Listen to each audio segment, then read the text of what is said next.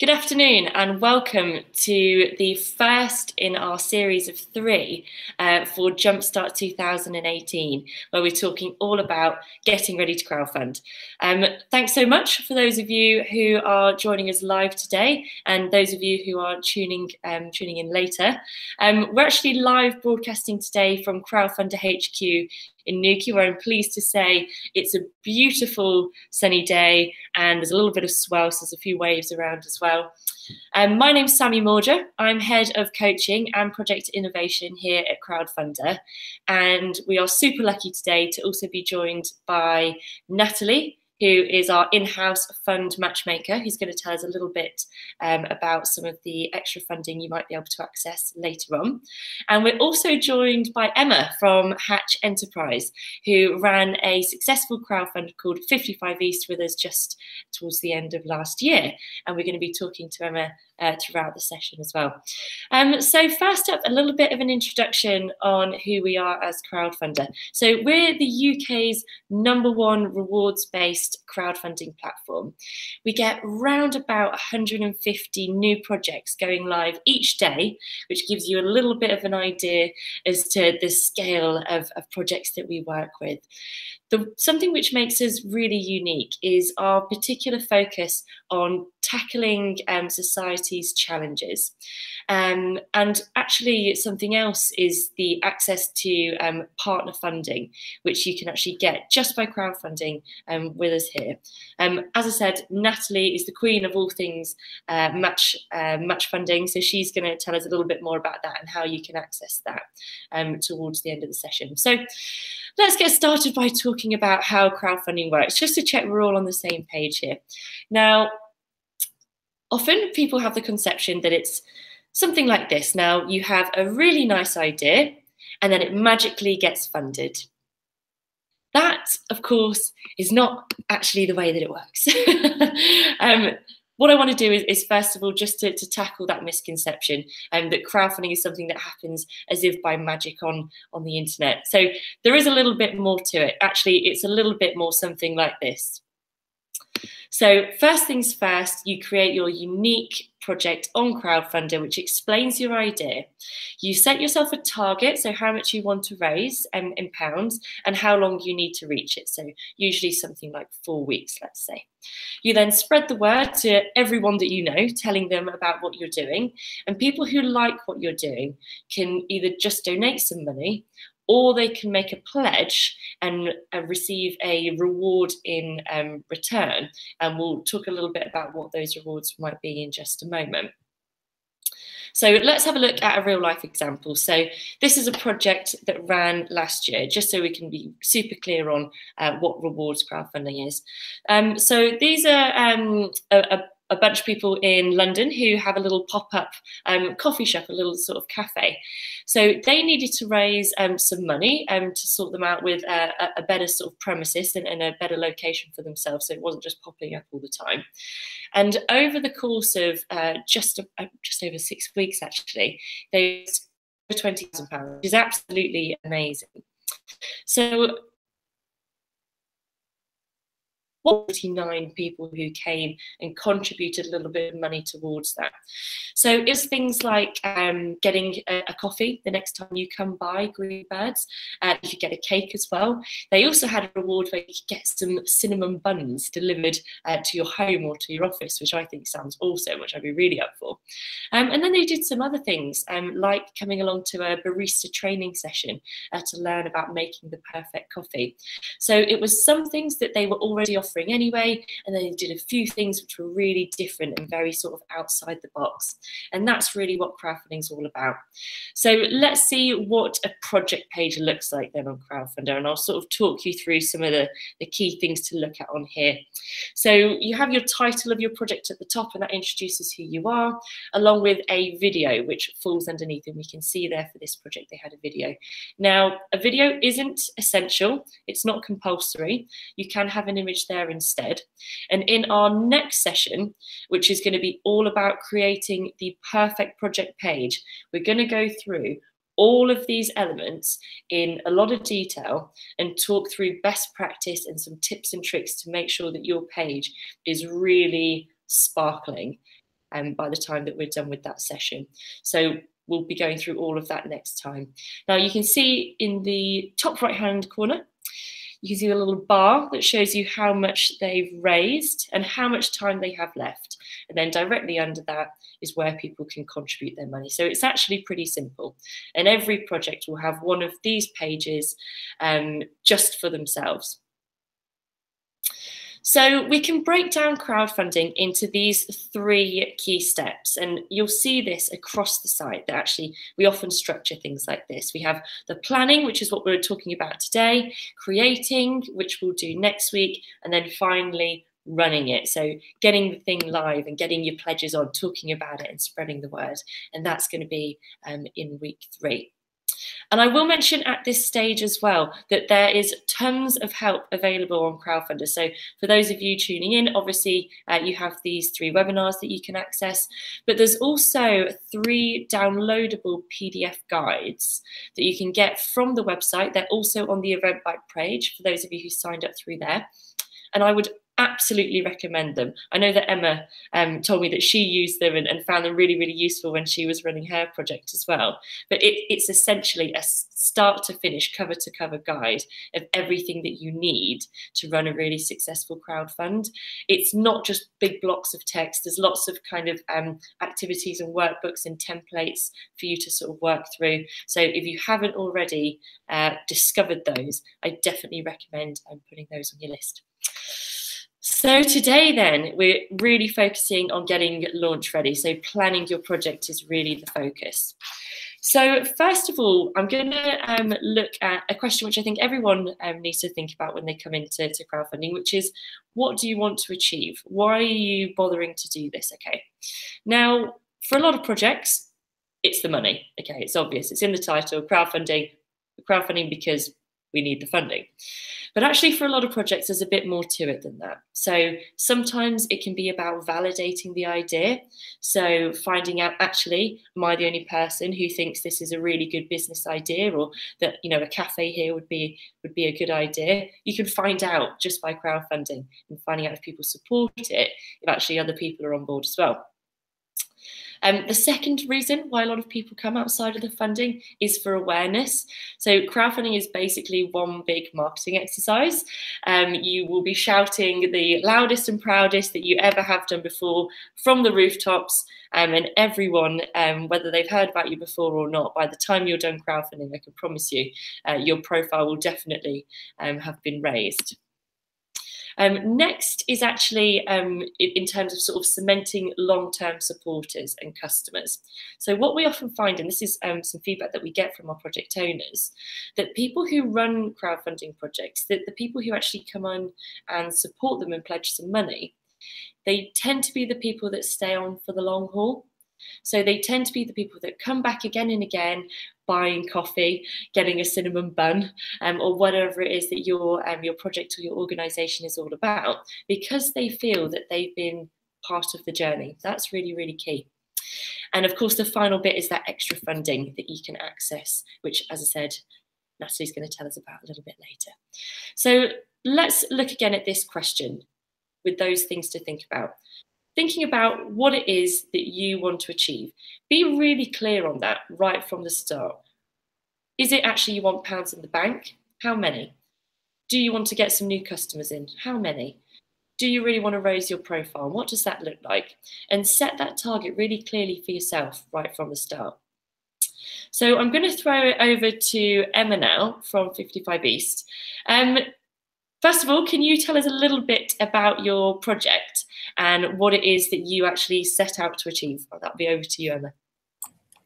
Right, so 55 East is a community and enterprise hub in South London.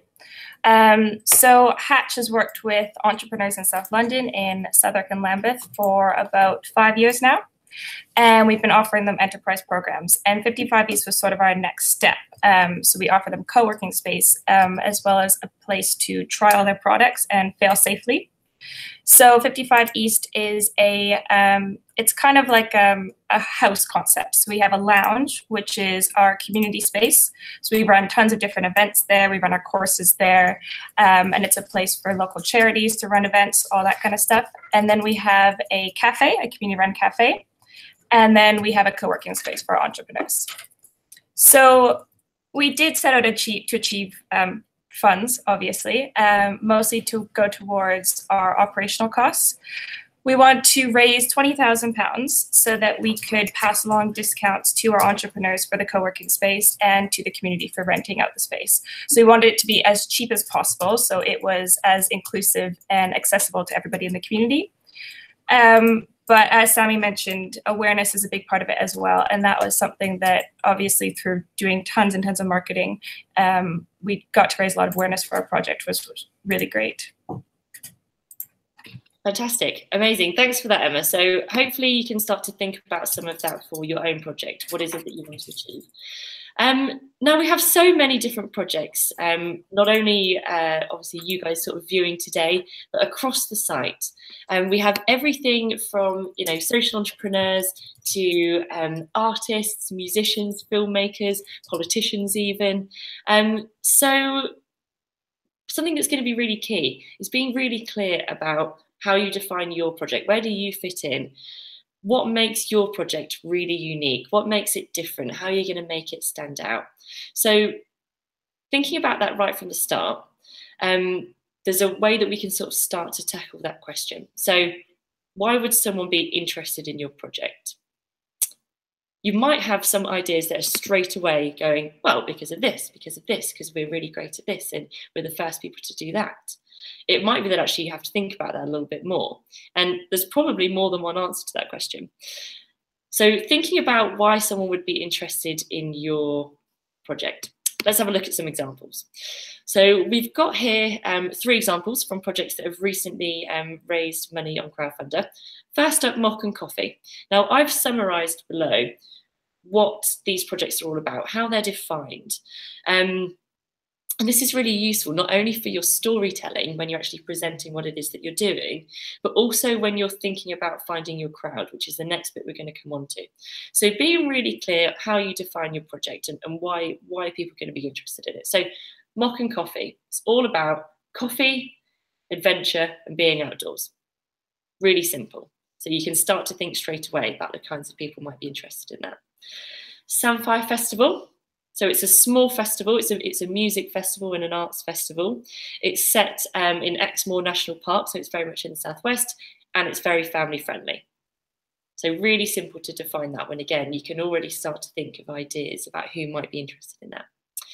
And finally, one of my personal favourites, and a project that I actually pledged, and I have a copy of this book at home, which is called Bat Dogs Forever Home. So it's a children's book all about rescue dogs. And it's all about sort of promoting kindness, not only to animals, but sort of, you know, to each other. So that, again, is a really simple way of defining what this is all about and what that audience might look like.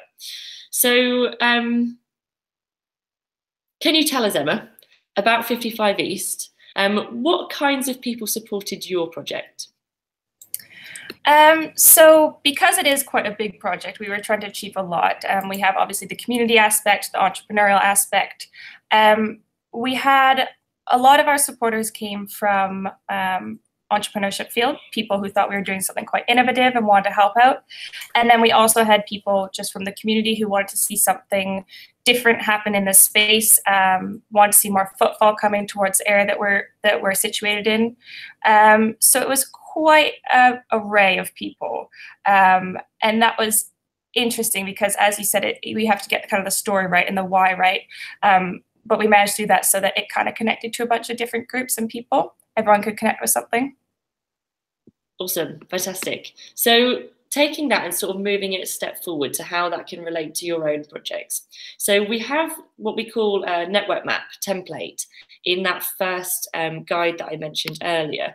So I think it's around about page 6 or 8, if you have a look in there and download that. So you can actually print that off, and I would recommend doing that and starting to work on your own version of a network map. So this is basically a way of looking at it and getting down on paper everyone that you know who is connected to your project or to your organization. So you might start with something as simple as your friends and family, so people who are going to be sort of interested because of that personal connection. You might sort of move around to existing supporters or customers, looking at maybe social media, other sort of niche groups or local people that you're connected to. And similarly, it might be that you have partners that you're going to be interested in talking to. And there's a big blob, which is that anyone else, because it's so different and so unique for every project, what this network map looks like, that's going to be very much down to you and your own project. So my top piece of advice would be get the biggest piece of paper you can find, because trust me, you're going to wish you had a bigger one when you're halfway through this if you've only done it on A4. It's something which will evolve and sort of change as you go through this planning and creating process. You'll keep thinking of more people, and you might even make more connections that you'll want to add on to that. But just kind of making a start and mapping out who all of those people are that you're connected to and that might be interested in your project, working back from those notes before, really start to give yourself a clear picture of that. Now, this is not only really useful in terms of when you actually come to promote your project and start to communicate about it and spread the word, but actually, exactly as Emma's mentioned before, when you're thinking about how you speak about your project, what needs to appear on your page, you can have those people in mind when you're doing it, because you have that network map to refer back to. And of course, it's not just going to be your first level connection, so not just people that you're connected to directly. Who do they know? That would be the next question I would ask once you've filled all of that out. If you've got a friend who can connect you to another group of people, make sure you add that branch on as well. And as I say, before you know it, you actually end up with a really massive network map diagram to start to work from. So now that you've started on thinking about that, it's really useful to think about where those supporters might fall on this particular diagram. This is a little something that I've whipped up which answers the question, why do people pledge? Now, often we can divide them into these two groups. First up, they want the reward. So there's something that you're offering which is really the thing that they're after. So whether that's that home delivery of cinnamon buns or that cup of coffee or the barista training or whatever it is that you're offering. On the other side, it's because they really believe in your idea. So they think it's worthwhile. It's going to do some good in the world. It's the kind of thing that they'd be happy to put their hard-earned money into just because they think, yeah, that's great. I really like that. And of course, we have that overlap in the middle, that kind of greenish patch. That's what we call the sweet spot. And that's where crowdfunding really works best, where it's really magic, where you have an idea that people can really get behind, but actually you're offering really excellent rewards as well. And we'll talk more in that next week's session about what makes a really good reward and through some ideas for your own projects. So Emma, coming back to you again for 55 East, whereabouts were your supporters on this diagram? So when we did our kind of network of supporters, our inner circle, we had quite a big inner circle, and that was people who have worked with us in the past. So we're lucky that we're an established charity, and then this is a side project. So we looked at people we already knew and connections who were like big supporters of what we do. And we kind of knew that that would be a bit of a sure bet, that they would be willing to pledge a bit. So we knew that they would be pledging because they like what we do. And then we extended it out to people who might want to get some cool rewards as well. So we made sure we had some cool merchandise for the people who maybe don't know so much about us and still want to get something from it, as well as from our entrepreneurs who maybe don't have tons of money to donate, but can pitch in, you know, 20 pounds for a cool t-shirt. Yeah, and it was also really cool to see. I mean, we did do our network of our inner circle and outside, which is why it was really important that we said, you know, if you can't pledge, please just share this idea, and so many people did, and that transpired. We looked at the list of pledgers, and we didn't recognize like over 70% of the names, which was neat. Amazing. That's really cool, and thanks for that insight there. So now we're starting to get a clear picture of who our crowd might be. We're starting to get excited. We have this picture building up of it. And of course, that doesn't have to be a stationary thing. A crowd is never stationary, as we all know. It's always evolving and moving, new people coming along. So nurturing your crowd is a really key part in this kind of preparation stage when you're getting ready to crowdfund. And what we mean by that is making the people who are already in your world feel very important, but also perhaps attracting new people in as well. And that's by a combination of lots of different things. Now, I've just highlighted kind of 5 really good areas to focus on in terms of this nurturing phase before you even think about, setting your project live. So personal contacts is a really key one. I actually did my own crowdfund recently in November, where I was raising money for my jewellery business that I also do outside of my work at Crowdfunder. And actually just talking to my friends and my family and letting them know that it was coming, and letting them know that I was really excited about this new phase in its life. People were really supportive, and actually people were really thankful, almost, and appreciative that I'd taken the time to talk to them about it, that I'd taken that time to speak to them one-on-one and kind of share with them the fact that I was really excited about this thing that was coming and happening. And that means that they're really warm to the idea. When your project does go live, they already know about it and they're already pleased for you, and they already feel like they've been sort of brought into the fold. So that was something that worked really well for me personally.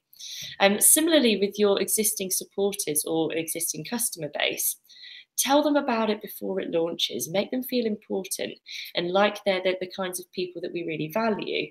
And because of that, we're showing that we value them by kind of giving them the inside scoop and telling them about these things first.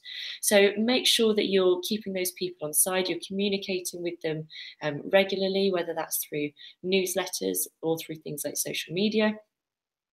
And very much on that note, if you don't already have a Facebook page set up for your project or for your business or organization, now is absolutely the time to do it. Today, right now, this afternoon, okay? Because Facebook is by far one of the biggest drivers of pledging on Crowdfunder. And it's also a fantastic tool for lots of other reasons as well. I promise I'm not paid by Facebook to advertise their service, but it's absolutely something worthwhile doing for yourselves. And in the final session of this 3-part series, we're going to go into quite a lot of detail around how you can really make the most of Facebook and the tools that are on offer there. So have a go and set up a page first of all. If you're relatively sort of tech savvy and you have a website, there's no reason why you can't set up a little box, a pop-up or something on your homepage where people can register their interests that they'd like to find out about your crowdfund or about your product launch or whatever it is that you're crowdfunding for at the time. And often it works quite well if you offer a sweetener in return. So I had a box on my website where if people wanted to find out more about the launch, which is what my crowdfund was all about, they could put in their email address, and in return, I send them a 10% discount code that they can use once the online shop's up and running. So great for them and great for me, because I then start to collect together a crowd of people that are interested in what I'm doing. So you can think about that. And finally, become active in relevant groups. So whether that's locally or whether that's groups online, find those people who are talking about and who are interested in the things that make your project unique and the things that define it. And start to chat to them, start to become active and become someone who's very much part of that community. And that will definitely serve you well as you move forward.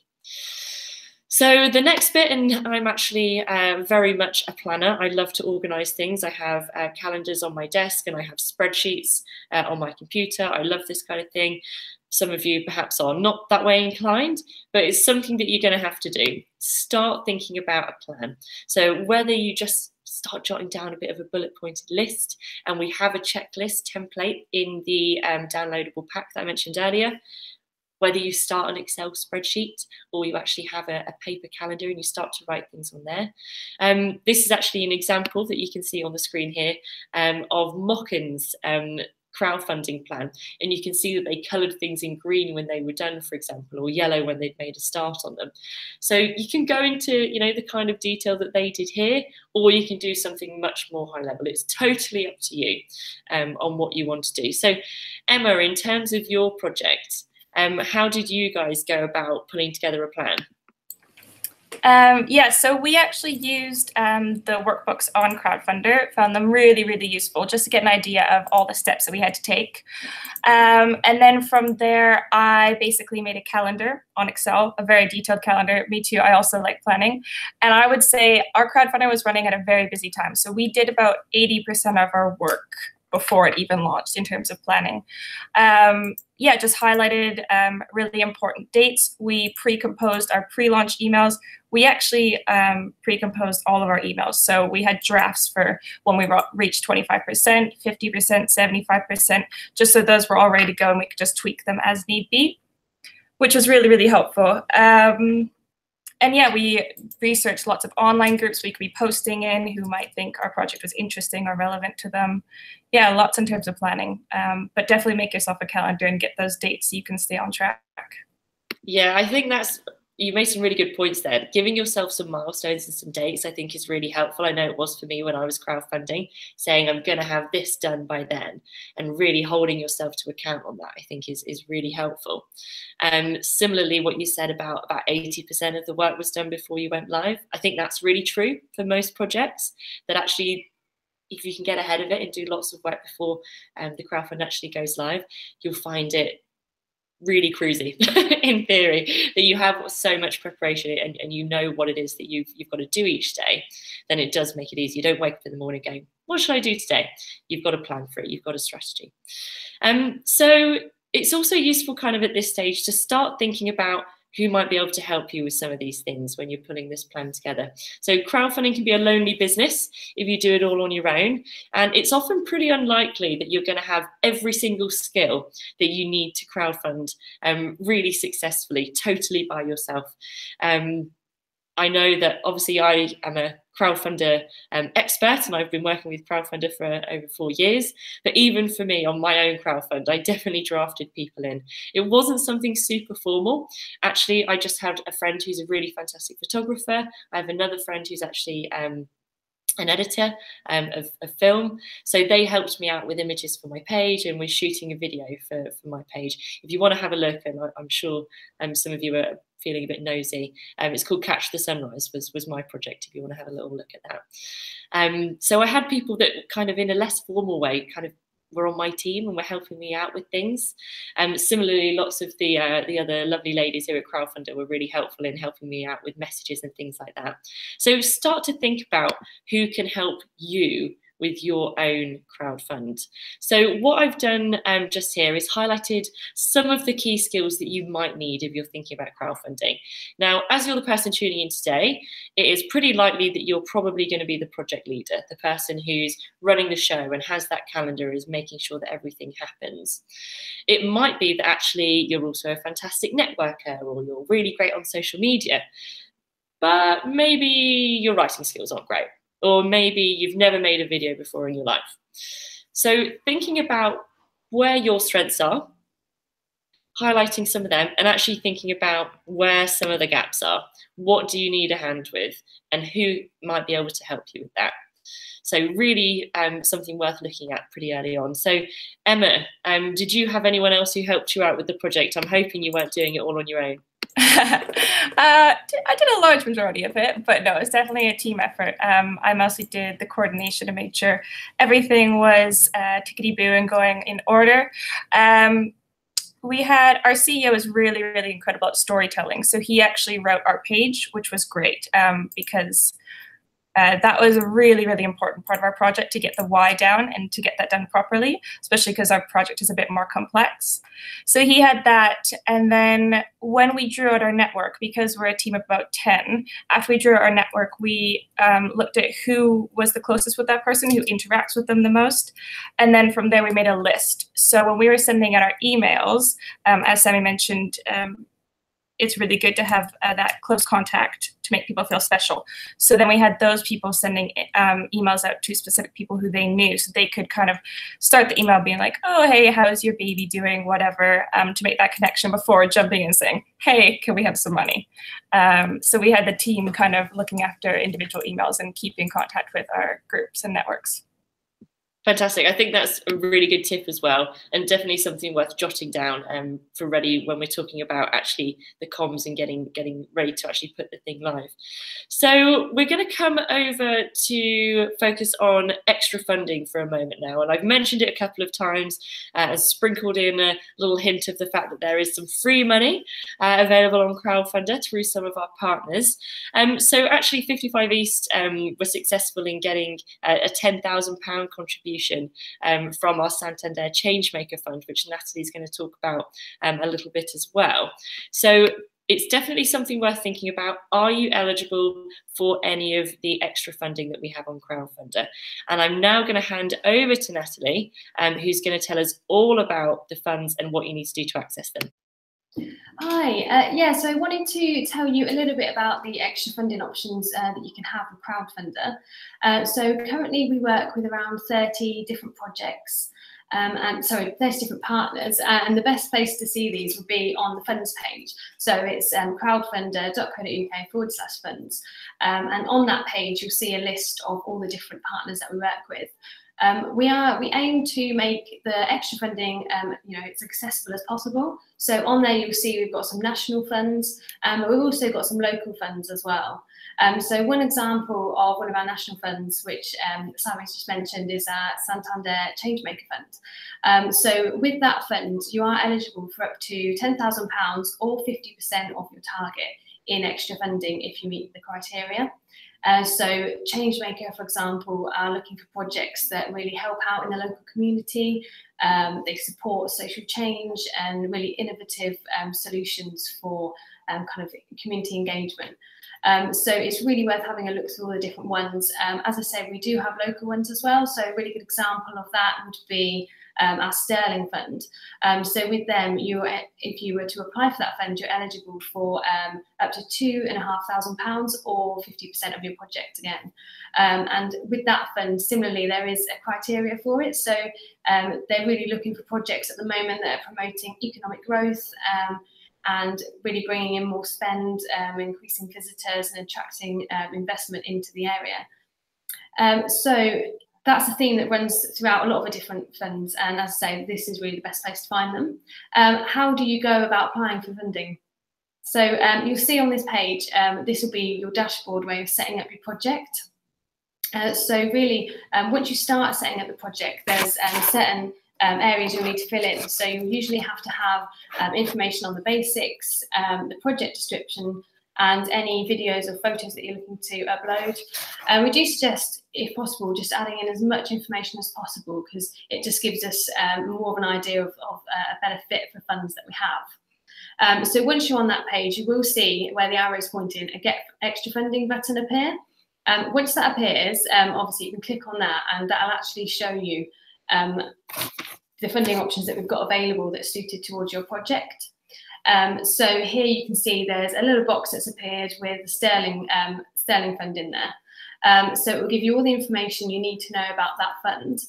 We really suggest that you look at the criteria for the fund quite closely, and really make sure that you address these points in your application. So Sterling's the example. Some of the things they look out for is, if your project creates new jobs, or as I mentioned before, attracting investment, or if you're putting on a new event.